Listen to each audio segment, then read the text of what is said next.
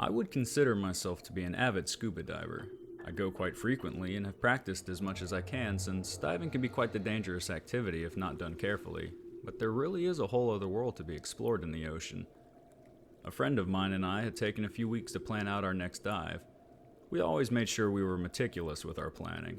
Where we would dive, the maximum depth we were willing to go, any hazardous tunnels or strong currents to mind, those sorts of things.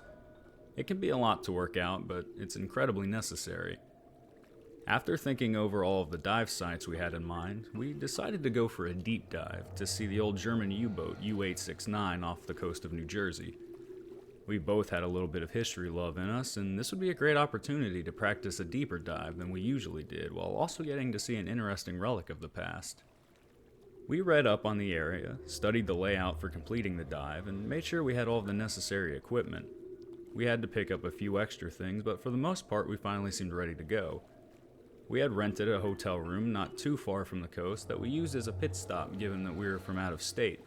And on the day of the dive, we paid one of the local boaters who knew the area well to take us to our drop point.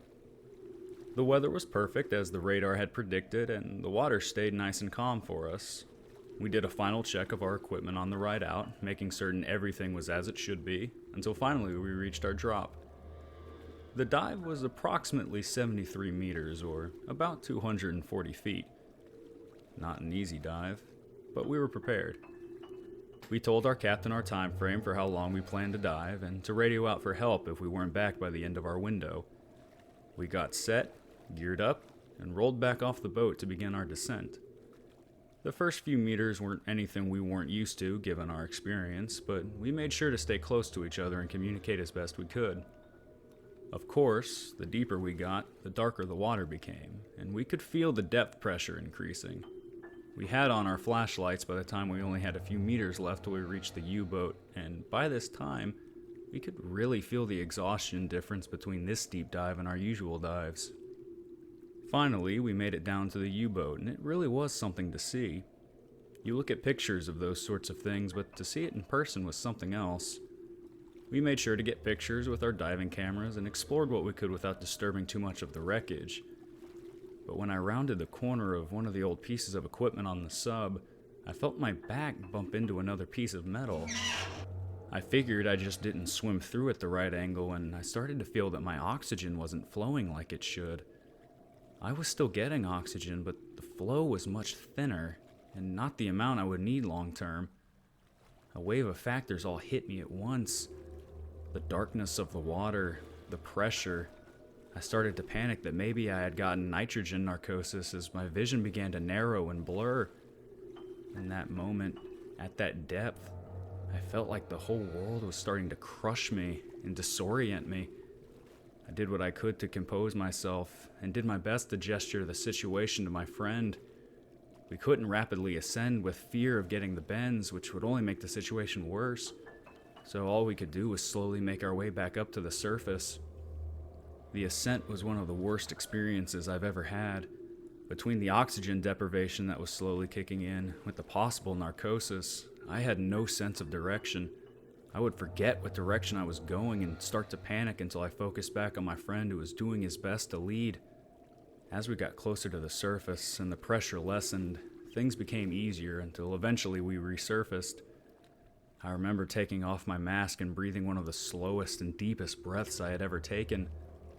When we got safely back into the boat, I inspected my gear to find that part of the second stage to my regulator had been pinched, assumably by whatever I bumped into. I haven't had any diving mishaps since, thankfully, but it goes to show you that even if you're prepared, accidents can still happen outside of your control. It took me a good long while to fully feel comfortable again when diving.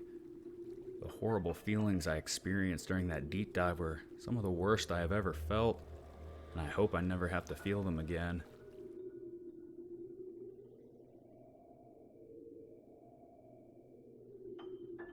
This story is one of a few I have relating to my time spelunking, but this specific story takes the cake for my worst experience. Spelunking isn't for everybody, especially if you're afraid of squeezing through some tight spots. If you can brave it though, and you consider yourself an explorative type, you should give it a try if possible. I've explored my fair share of caves throughout the US, with plans to one day explore caves across other countries. I had been wanting to get out and explore my next cave for a while now, when I finally settled on exploring the famed Wind Cave in South Dakota. Maybe not one of the harder caves I could potentially do, but this cave has a standby rescue team, and even the easier to traverse caves can be confusing enough that you still end up getting lost. I did my usual prep, planned my trip to South Dakota and where I'd stay, and set out to cross another cave off my go-to list. I always get a little anxious when gearing up to go spelunking. It's a weird adrenaline and nervousness mix. But I talked myself up as I always did, and after getting the traveling bit knocked out of the way, I eventually found myself at an entrance into the Wind Cave. The entrance had a good bit of space for my initial trek into the maze, and I savored the extra space as much as I could since I knew that would become a luxury. I started feeling the cool wind that blew through the cave from the difference in pressure inside and outside, but it soon faded the deeper in I got. I was in full explorer mode by this point, rappelling down small cliffs, jumping gaps, crawling through water-filled cracks, doing what I love down here. When you go into these caves, you have to make sure you let people know, because equipment can only help you so much once you get deep enough into the caverns. And it's one of the easiest ways in the world to get lost forever. I've always thanked my keen sense of direction for helping me find my way in and out of these caves. I eventually found myself stopping at a crack in the cave wall that seemed open enough to squeeze my way through, but narrow enough that I would have to squat down and shimmy my way back up into the larger opening of the crack. I started working my way through, as I've done through several similar cracks in past caves. But admittedly, I noticed that the fit was a bit tighter than I originally thought from my outside glance. I was starting to have some trouble squeezing through.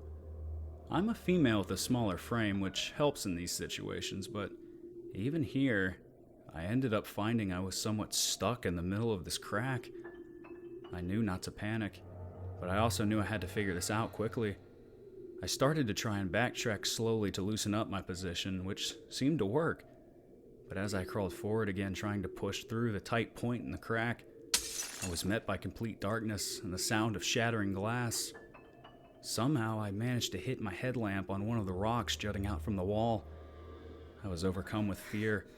I knew I had a spare light, but there's no way I could have reached it where I was. I was now stuck, squeezing through one of the tightest cracks I've ever crawled through in the pitch blackness of a cave. If you've never experienced what it's like being down in a cave with no light source, it's truly terrifying. It's like a void of nothing, and on top of it I could hardly move. I did start to cry a bit, but I took some deep breaths, composed myself, and started trying my best to feel my way back out. It was very slow going, and my mind started running wild with the idea that anything could be in this cave with me right now, and there's no way I'd know, and I'd be helpless. Thankfully, I was able to feel my way back out of the crack and into the previous cave opening. I immediately pulled out my backup light, turned it on, and just proceeded to sit there for what felt like forever. I brought my breathing back under control, slowed my heart rate, and decided I had explored enough. It took some extra crawling and climbing to work my way back outside, but soon I was met with daylight shining its way into the mouth of the cave. I don't think I've ever been so happy to see the sun. I still explore caves, and I've experienced other similar events, but nothing to that level. I take more discretion with cave openings now and what I choose to squeeze through. It's one thing to be in complete darkness. It's another thing to be in complete darkness while having almost no way to move, and feeling like then and there you might just be crushed entirely. And I've done my best to avoid running into that again.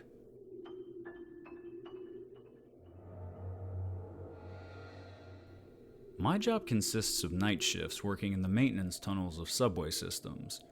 I basically just walk through cramped corridors all night and check to make sure that the infrastructure is sound, and if any of the machinery needs fixing, I'm your guy. We do routine daily inspections even if we haven't been called in for a specific problem, just so we can make sure everything is fine and running safe for the trains. I won't say which tunnel network I work in, just in case this gets back to me. I'd rather avoid the possible ridicule from my coworkers. I will say that there is a story that runs around the area I work in. People say that this subway system is haunted, And apparently conductors, passengers, and other workers down here all have their own sightings. I enjoy the stories. They're entertaining, to be sure, but I've worked here a long time and I really can't say I've seen much to make me believe them, save for one experience I had a few weeks back. It was a usual night shift. I was making my inspection runs through those cramped maintenance tunnels, hearing the occasional train pass that would slightly shake the tunnel I was in and cause the overhead lights to flicker. Mobility was already bad enough without all of that happening. I heard the sound of a leaking pipe, which I found not too far up ahead of me. An easy fix. I began going through the motions of fixing the issue when, down the corridor, I thought I heard someone call out to me, but in a low, airy sort of way. I looked further down in the direction I heard it from, when I saw what looked like part of a head leaning out from behind the corner up ahead where the tunnel turned off, just staring at me, but almost as quickly ducking back behind the wall as the lights began flickering again from another train passing. I yelled out and asked who was there, but I got no response. I moved as quickly as I could down towards that right turnoff, but you can only go so fast in these tunnels. I made it to the corner I saw the head at, but when I turned to face down the different tunnel direction, there was nothing there. Just the continuation of this cramped hallway. Sounds echo quite a bit in here, and the last thing I remember happening was this crazed-sounding laugh that rang out through the tunnel as the lights flickered again. This freaked me out, and I started heading back into the subway tunnel as fast as I could while inching and squeezing my way back through. Admittedly, the paranoia of being in a tight space got to me. I couldn't stop breathing heavy. Every time I looked forward, I felt like there was someone right behind me. I wouldn't say I'm claustrophobic, but the accumulation of everything going on definitely set something off in me I hadn't felt before. The lights stopped flickering, and the train passed about when I got back into the main tunnel. I took a breath, looked back into the maintenance hall, and of course there was nothing there. I know I'd get laughed at if I told my coworkers I got chased out of one of the tunnels by a ghost, so I've mainly kept this whole thing to myself. I can't even say I think it was a ghost. It could have been some homeless or deranged person who was loose and wanting to give me a scare. I wish I could say either way which it was. But in either case, it was enough to be one of the creepier things I've experienced in my life.